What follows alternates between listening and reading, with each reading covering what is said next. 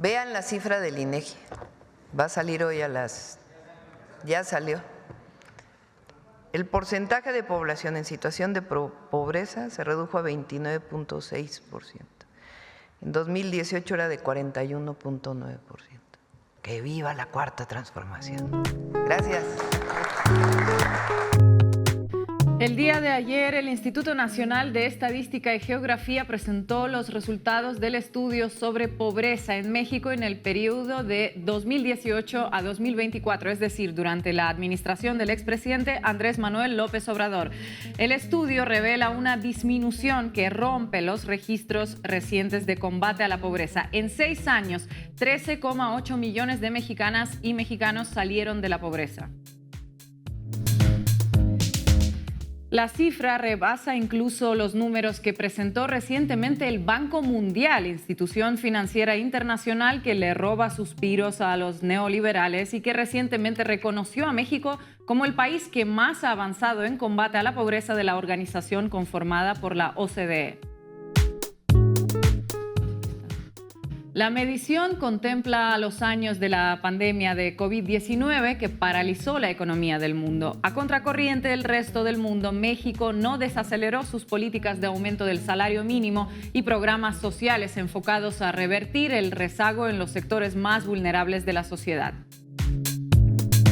La historia de lucha de Andrés Manuel López Obrador siempre estuvo centrada en la crítica a la desigualdad estructural que llegó a tener a México, con más de la mitad de la población sumida en la pobreza y con la hoy célebre frase que sintetiza en pocas palabras una vocación de política enfocada en el bienestar de la gente. Por el bien de todos, primero los pobres. A partir de ella, desarrolló un legado político al que llamó el humanismo mexicano. Atender las causas de la pobreza en todas sus dimensiones ha sido la fórmula que el gobierno de la Cuarta Transformación ha seguido para cumplir la principal promesa con la que AMLO convocó a la sociedad, que en 2018 lo acompañó masivamente en las urnas y que refrendó su confianza en el proyecto político en 2024 con 36 millones de votos para Claudia Sheinbaum. Las acciones del gobierno encabezado por López Obrador estuvieron centradas en remontar institucionalmente las consecuencias de un modelo neoliberal destructivo, indolente y ausente, el combate a la corrupción, la austeridad republicana, políticas sociales firmes y mejora de las condiciones de empleo. Han logrado conseguir lo que en 40 años había sido imposible. Claudia Sheinbaum recibió en 2024 un país con 38,5 millones de personas viviendo en la pobreza, que contrasta con las 51,9 millones cuando asumió AMLO en 2018. Un avance indiscutible que resulta necesario entender a fondo en un país que sigue siendo profundamente desigual. ¿Cuáles son las claves de estos resultados? ¿Es sostenible para las finanzas públicas un modelo centrado en la gente? ¿Qué significa esto en un contexto mundial que parece virar a la derecha? Hoy en La Base América Latina hablamos de la histórica reducción de la pobreza en México. Bienvenidas y bienvenidos. La Base América Latina.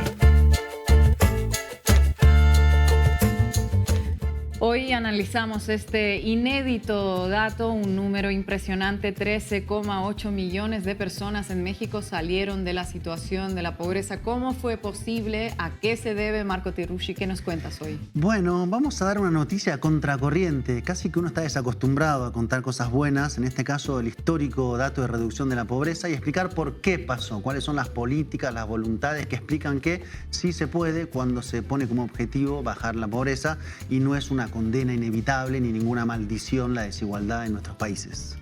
Supongo que en un país tan históricamente desigual, esta noticia debe copar todas las portadas de hoy, ¿no? Normalmente tienes razón, Ina, pero en esta ocasión no fue así. Y así como decía Marco, es una buena noticia para los medios. Parece que no solamente no fue una buena noticia, sino no fue digna de contarse o de estar en algunas portadas. Y vamos a ver cómo decidieron contar esto los que tuvieron que por obligación contarlo.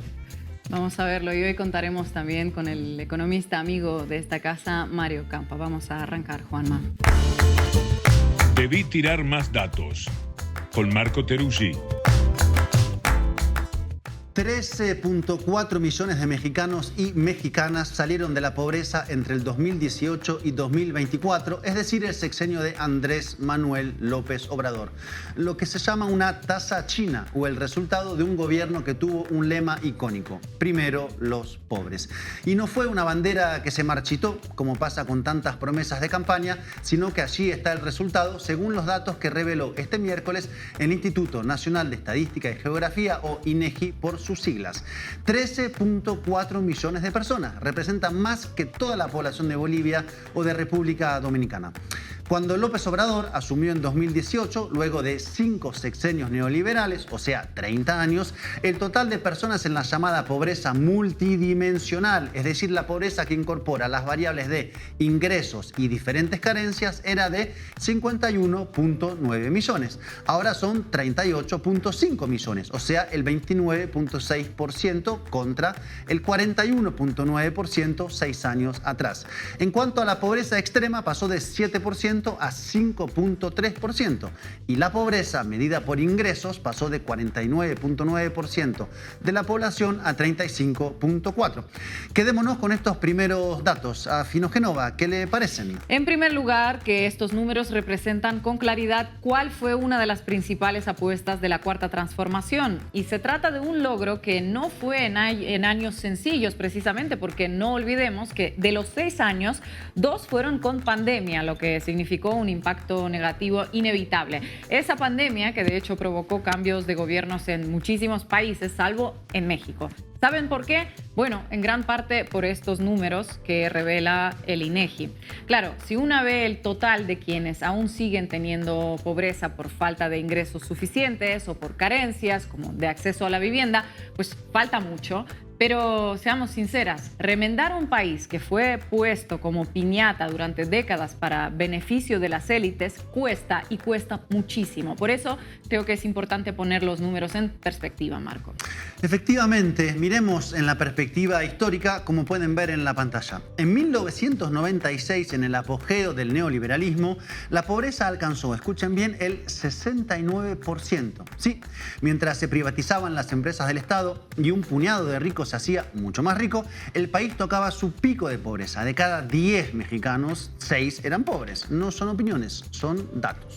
Sí, seguimos con las curvas. Podemos observar cómo la pobreza siempre se mantuvo encima del 40%, con momentos de realce como con Vicente Fox y Felipe Calderón. O sea que Calderón no solamente nos llevó a la ilusoria guerra contra el narcotráfico, que nos costó, por cierto, 300,000 asesinados, desplazamientos y pueblos desolados, sino que también dejó más pobreza. ¿Tienes algún dato concreto sobre esto, Marco? Sí, impactante. De hecho, el sexenio de Felipe Calderón, ese que vive en Madrid y critica la Cuarta Transformación, sumó 15.9 millones de mexicanos y mexicanas a la pobreza, casi 16 millones, medida únicamente por ingresos, según los datos del Consejo Nacional de Evaluación de la Política de Desarrollo Social. Es importante poner los números en contraste, porque ahora vamos a debatir cómo está la situación en México, lo bueno y lo que falta, como que 30% de la población todavía salga de la pobreza, ¿no?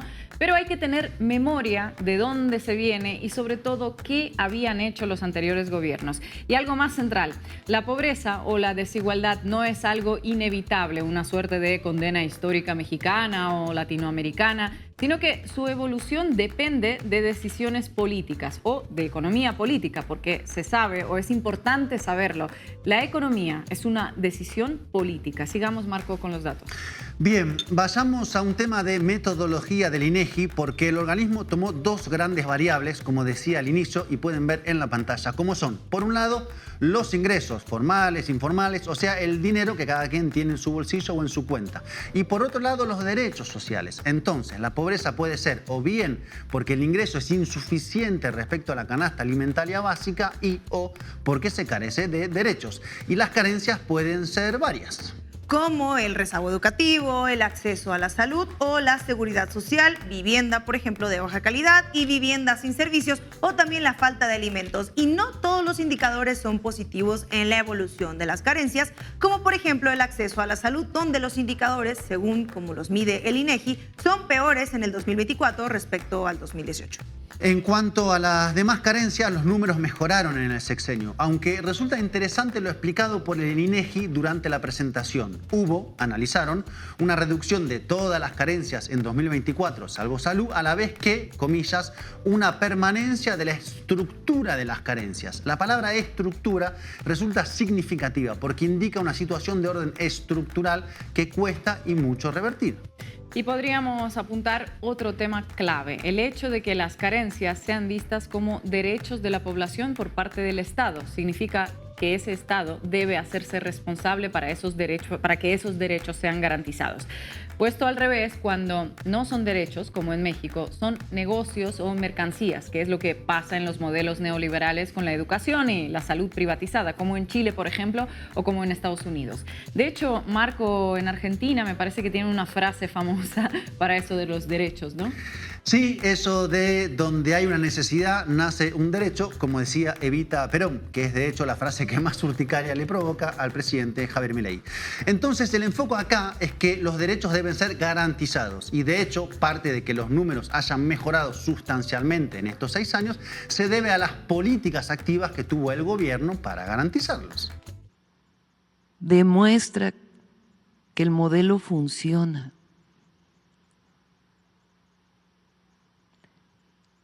Porque redujo la pobreza y además la desigualdad. Es decir, hay mayor distribución de la riqueza. ¿A qué se debe esta reducción? Evidentemente, al incremento en el salario mínimo, a los programas de bienestar y al acceso a los derechos. Hay que estar muy orgullosos como mexicanas y mexicanos, porque este indicador habla de la esencia de nuestro proyecto, el humanismo. Un proyecto humanista se demuestra en esto. Bien, entonces, tenemos por un lado el efecto del aumento del salario mínimo que durante el sexenio tuvo un incremento del 110% en un país donde la inflación acumulada en los 6 años fue 33%, es decir, 1/3 del total del aumento del salario mínimo. Ergo, los salarios le ganaron a la inflación y la gente con salario mínimo pasó a vivir mejor.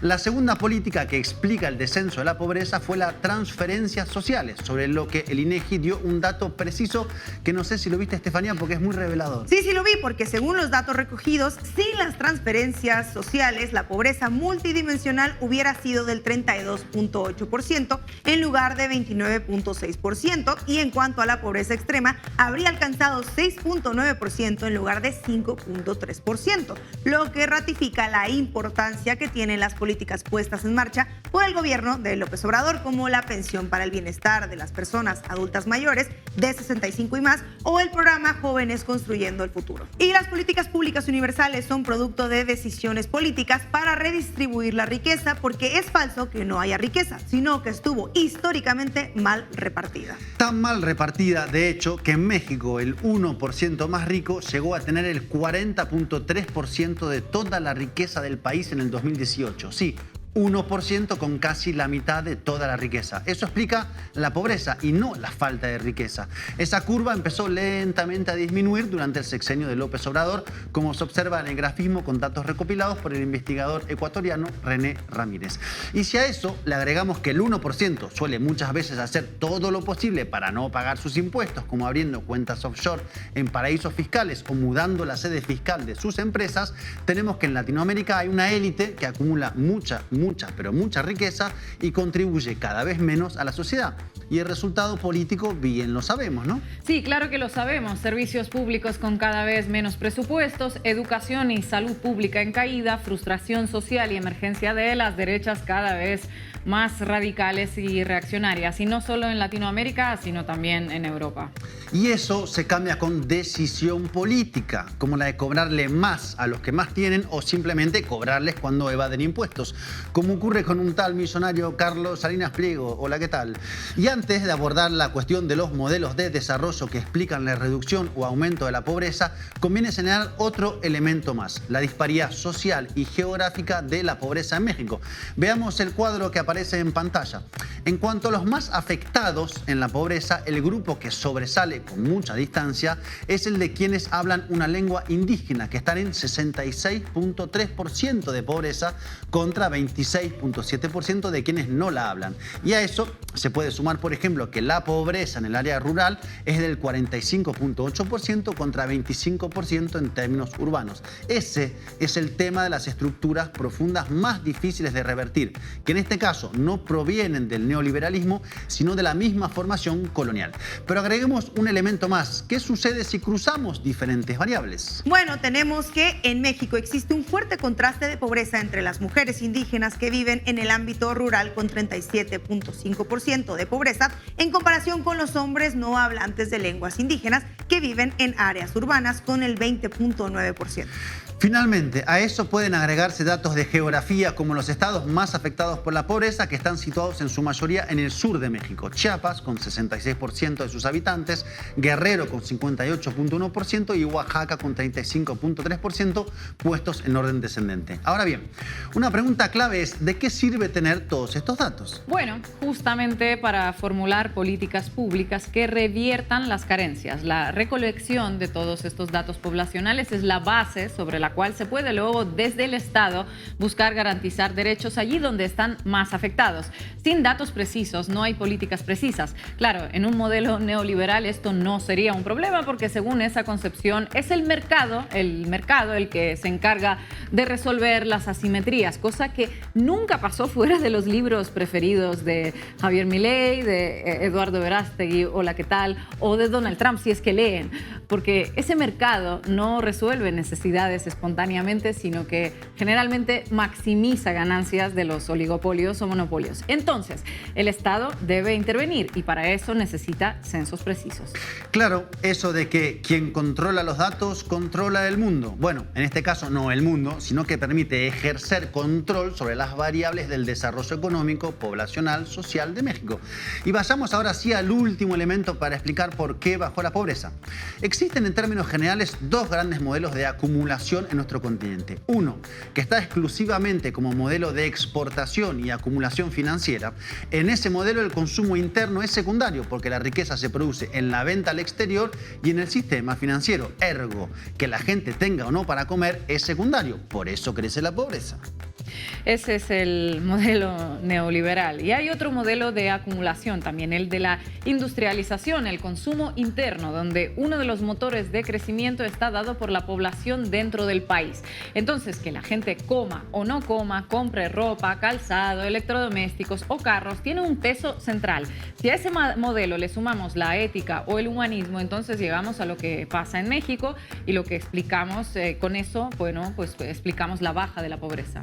Así que el hecho de que 13.4 millones de personas hayan salido de la pobreza es producto de una decisión política, un modelo y una voluntad. Por eso, estos resultados no son magia, son cambio de rumbo.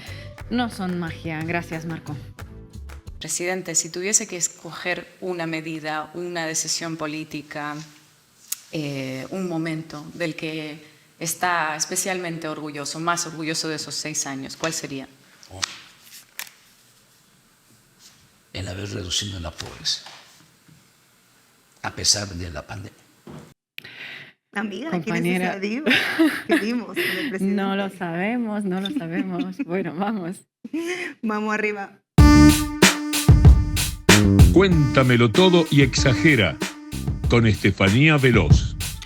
La noticia de la reducción de la la pobreza trajo sorpresas a periodistas que se habían reconocido a sí mismos como neoliberales y ante esto no tuvieron más que palabras positivas como Leo Zuckerman. Muy claro, creo que es una gran noticia para el país y desde luego para la Cuarta Transformación, porque legitima digamos, uno de los pilares ideológicos de este movimiento, que es tratar de combatir la pobreza por el bien de todos, primero los emparejar pobres. la cancha. Emparejar.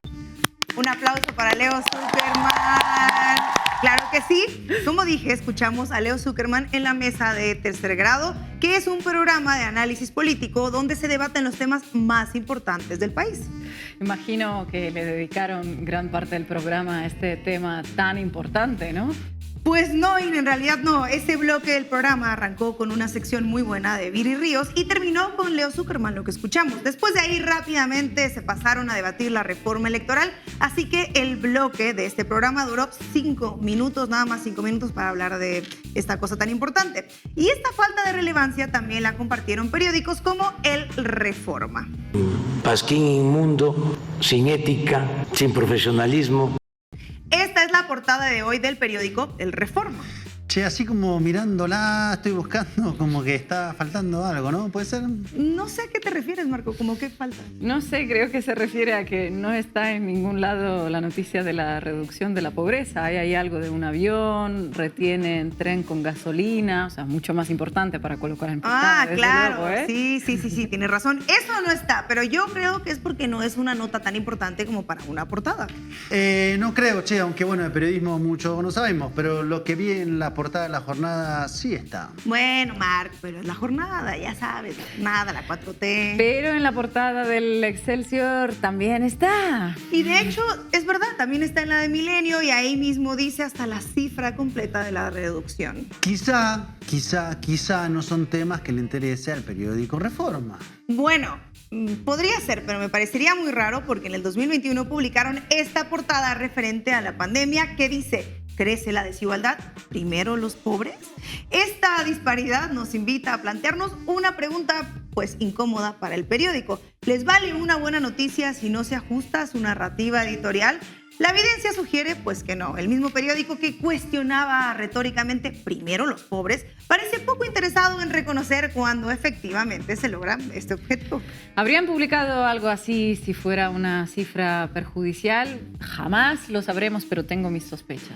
Hablando de sospechas, también hubo otros medios como El Economista que, aunque sí publicó la noticia, eligió cuidadosamente cómo contarla. Ahí en blanco, casi gris, dice: la pobreza disminuyó 17.7% en los últimos 2 años. Aunque sí publicó la noticia, que ya es muchísimo, deliberadamente omitió la cifra total del sexenio y reportó solo los 2 últimos años en lugar de mencionar los 13.4 millones históricos y evitó contextualizar que fue durante la administración de Andrés Manuel López Obrador. Esta decisión no es casual. Los porcentajes comunican menos impacto emocional que los números absolutos y elegir los 2 últimos años diluye por completo el mérito político al presentar los datos como un fenómeno aislado. Claro, ante esto también surgió el no le des el pescado, enséñales a pescar, ¿no? Una máxima de los neoliberales y señoras y señores de Polanco, todos muy meritócratas ellos, y bueno, pues esa máxima que van proclamando en contra de los programas sociales. Esto lo dice una ex senadora panista que tiene un programa en Atypical TV. Escuchemos. Absurdo y me parece además un insulto ante un México que sufre tanta miseria, sí, que cada vez hay más pobreza, aunque digan lo contrario, que cada vez se busca más que las familias mexicanas tengan acceso a un programa social en lugar de pensar cómo logramos que esta familia tenga acceso a un empleo digno.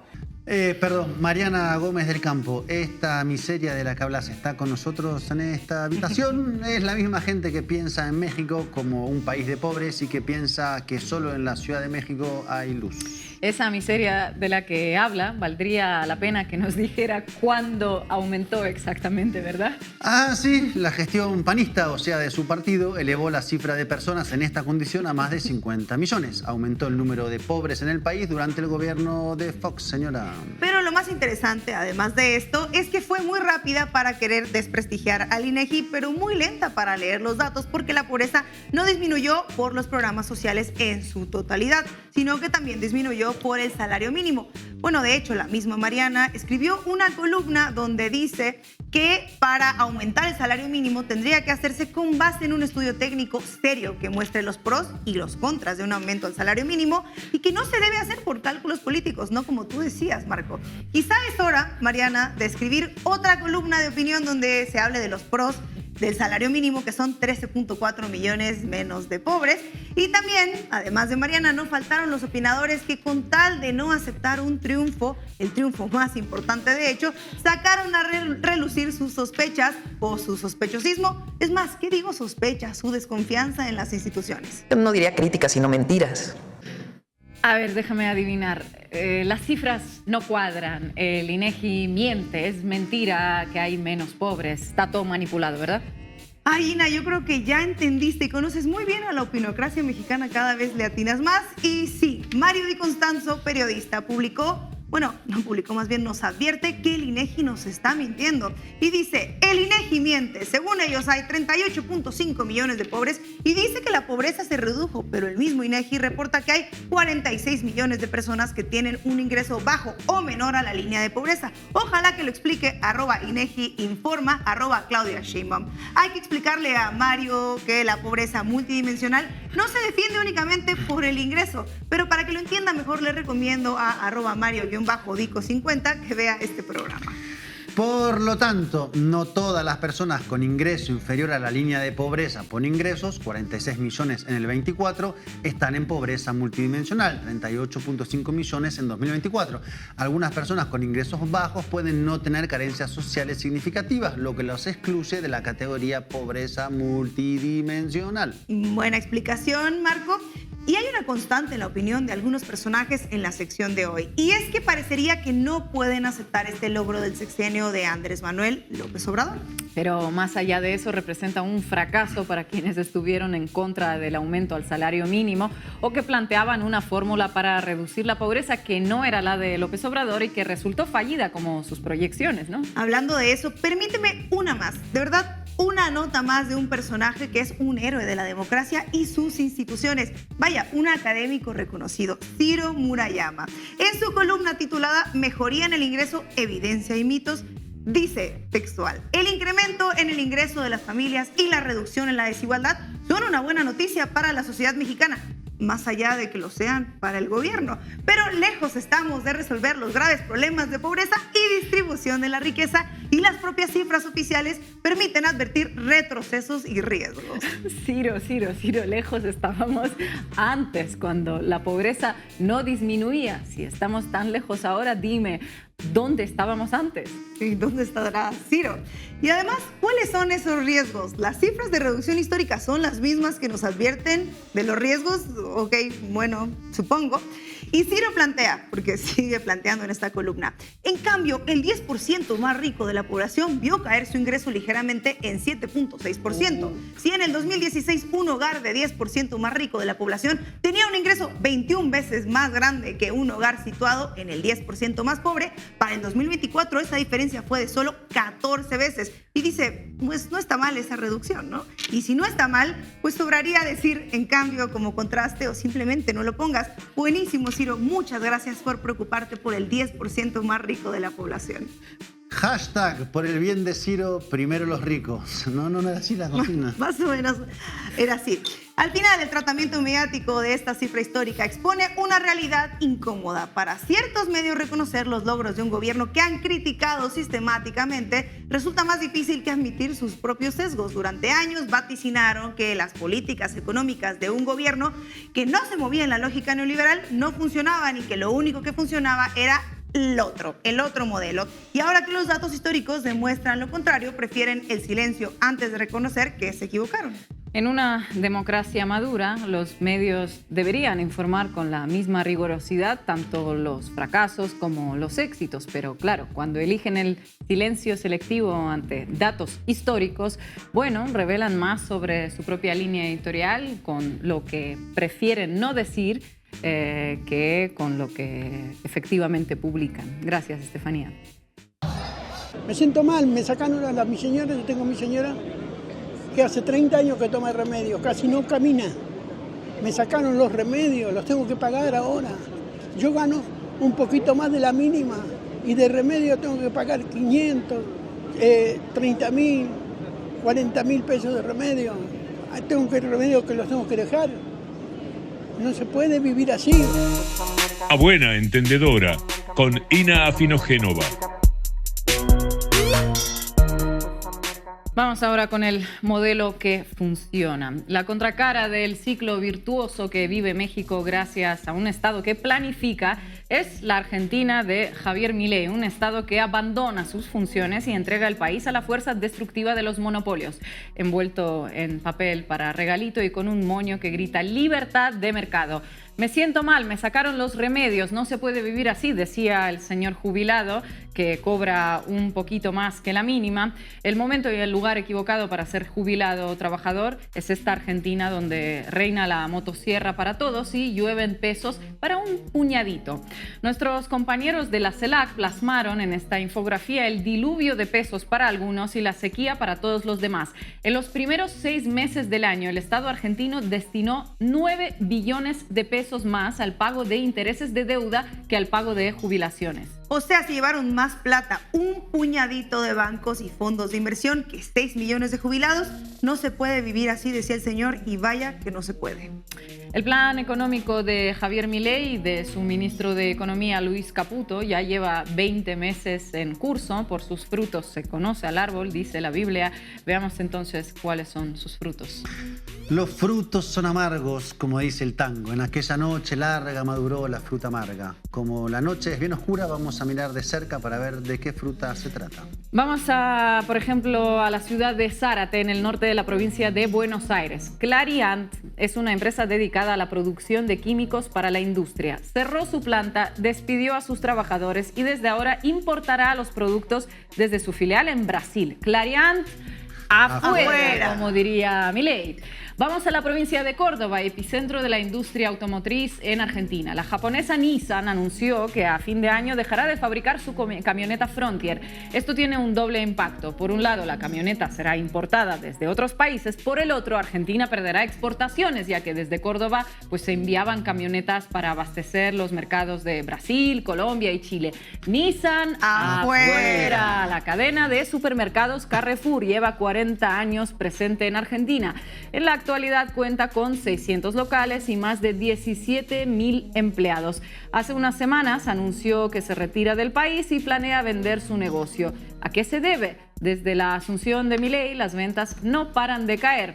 Más plata para pagar deuda es también menos plata para salarios. Carrefour afuera. Además de cierres de empresas, otra situación que se repite en todo el país y en casi todos los rubros son las suspensiones parciales de trabajadores.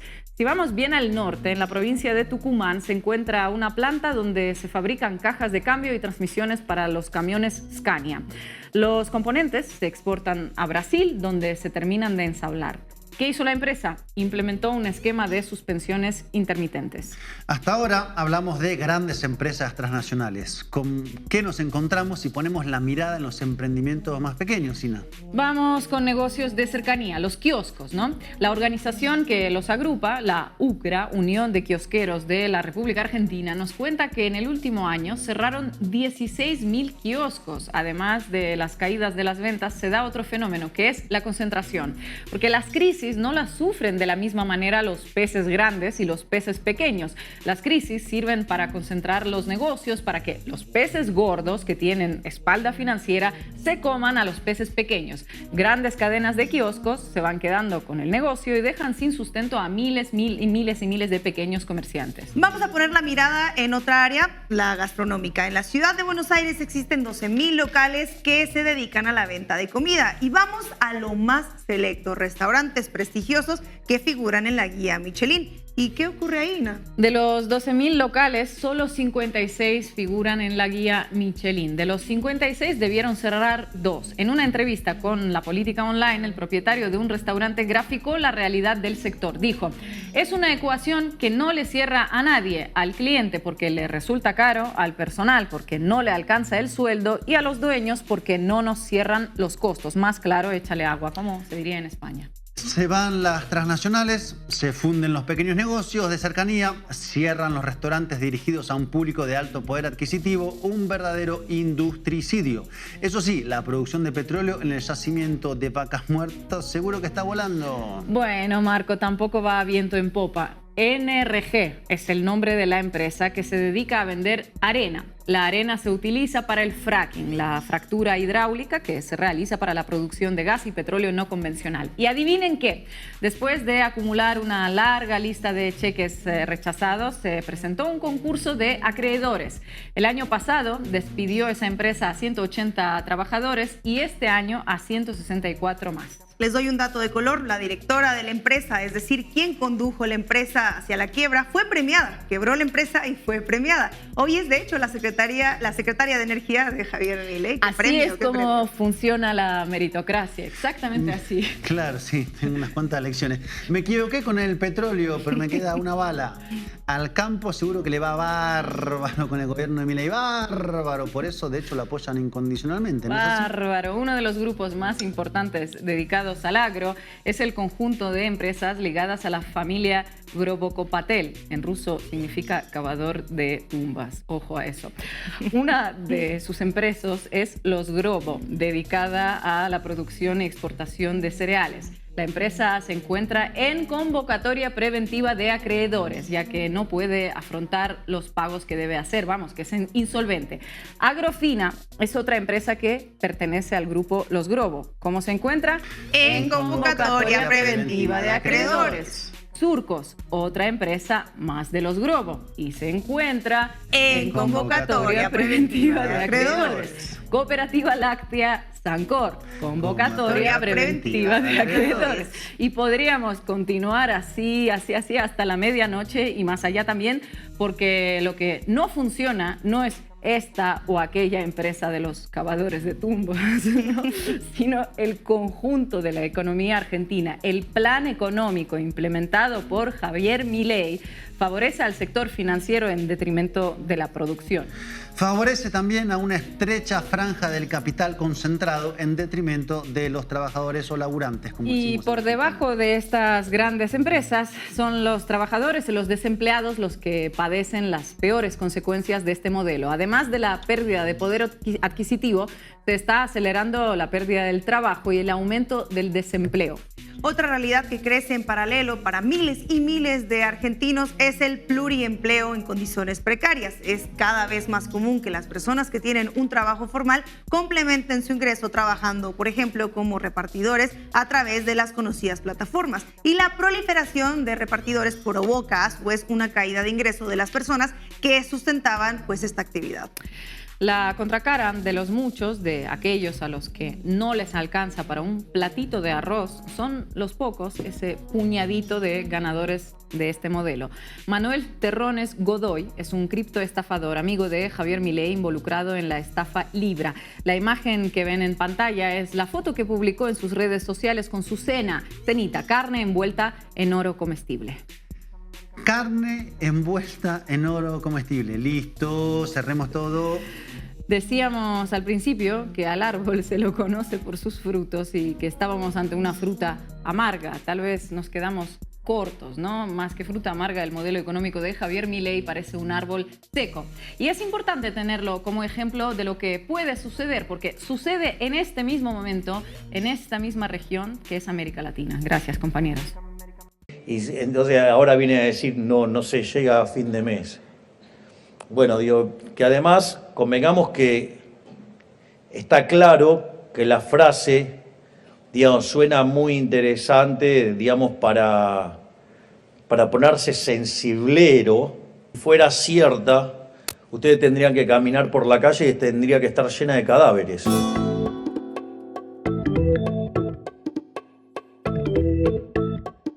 hoy nos acompaña el economista Mario Campa, como dije, amigo de este programa.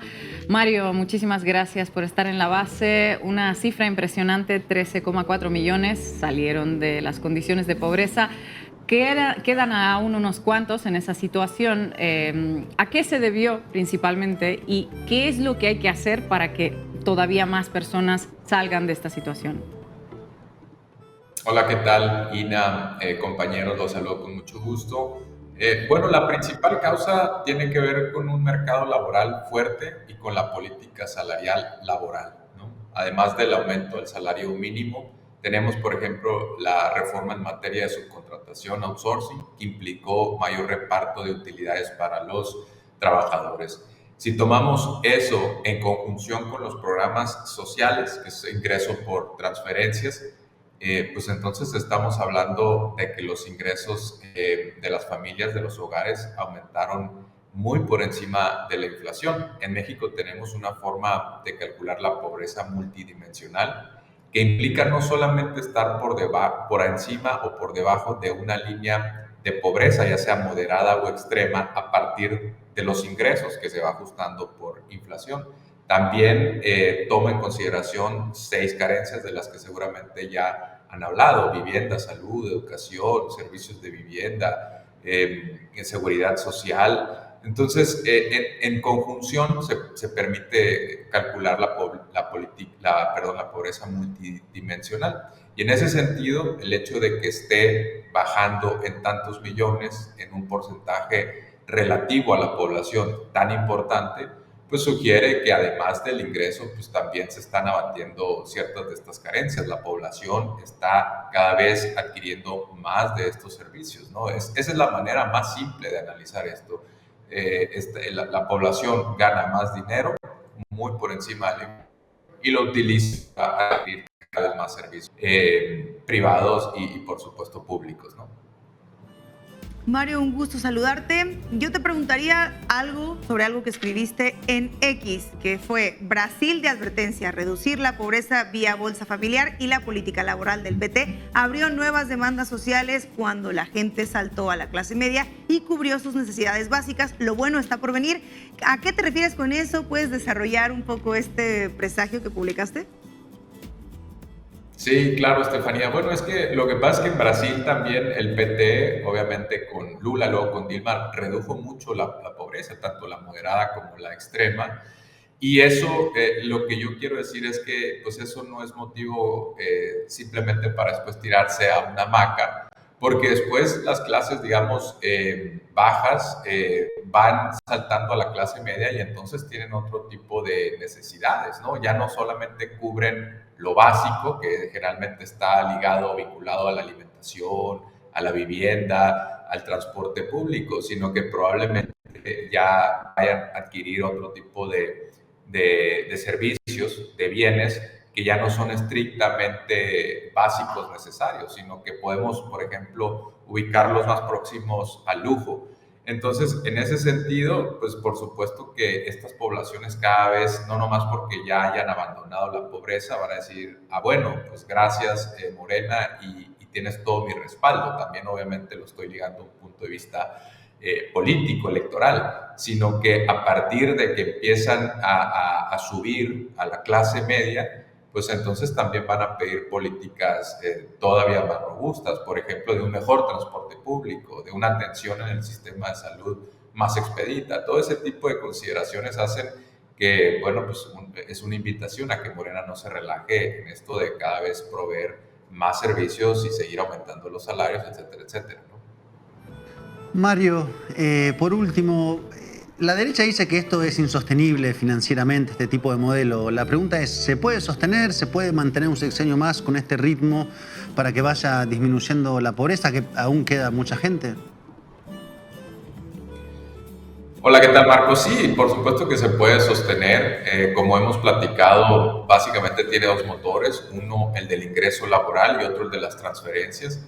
Y en estos momentos, pues las cuentas nacionales, las finanzas públicas están en una situación bastante cómoda, por ejemplo, en relación a Brasil, en relación a Argentina. México no es un país particularmente endeudado. Además que la deuda de los últimos años tiene que ver con la construcción de obra pública, no para ir a los programas sociales, ¿no? Por supuesto que la política de salario mínimo va a seguir creciendo. En algún momento quizá ya no se necesiten incrementos tan importantes como los que se han logrado en los últimos 6 años de prácticamente el doble, porque ya va a ir aproximándose cada vez más al salario medio real. Pero fuera de eso, pues algunos de estos avances se van a sentar y lo que está por verse es si continúa más que nada en descenso. Pero la sostenibilidad pues va a estar en función tanto del mercado laboral, que siga habiendo empleo. México tiene una tasa de desempleo muy baja, de que sigan creciendo los salarios. Por supuesto, esto también podemos mezclarlo con la coyuntura, con el debate sobre Donald Trump y los aranceles y el TEMEC. Pero en estos momentos te diría que es totalmente sostenible y sobre todo si se quiere profundizar, si se quiere en algún momento pues no depender tanto, por ejemplo, de la deuda, pues entonces puede abrirse un debate sobre la conveniencia de una reforma fiscal progresiva, ojo, no regresiva, porque entonces incluso podemos poner en peligro aquellos adelantos o aquellos avances en el combate a la pobreza. Si, por ejemplo, le aplicamos impuestos a los alimentos, a los medicamentos, pues entonces a los hogares que más golpeamos es a los de más bajos recursos. Entonces, si hubiera una reforma fiscal, tendría que ser progresiva para que no esté en conflicto con estos logros en la disminución de la pobreza. Mario, muchísimas gracias por tu análisis. Muchas gracias, compañeros. Les mando un abrazo. Que estén muy bien. Un abrazo para ti. Y llegamos al final del programa. Ahora tienen todo el fin de semana para ver los recientes que sacamos y que a lo mejor se perdieron. Están en nuestro canal de YouTube, La Base América Latina, al que también pueden suscribirse. Creo que deberían hacerlo si todavía no lo han hecho.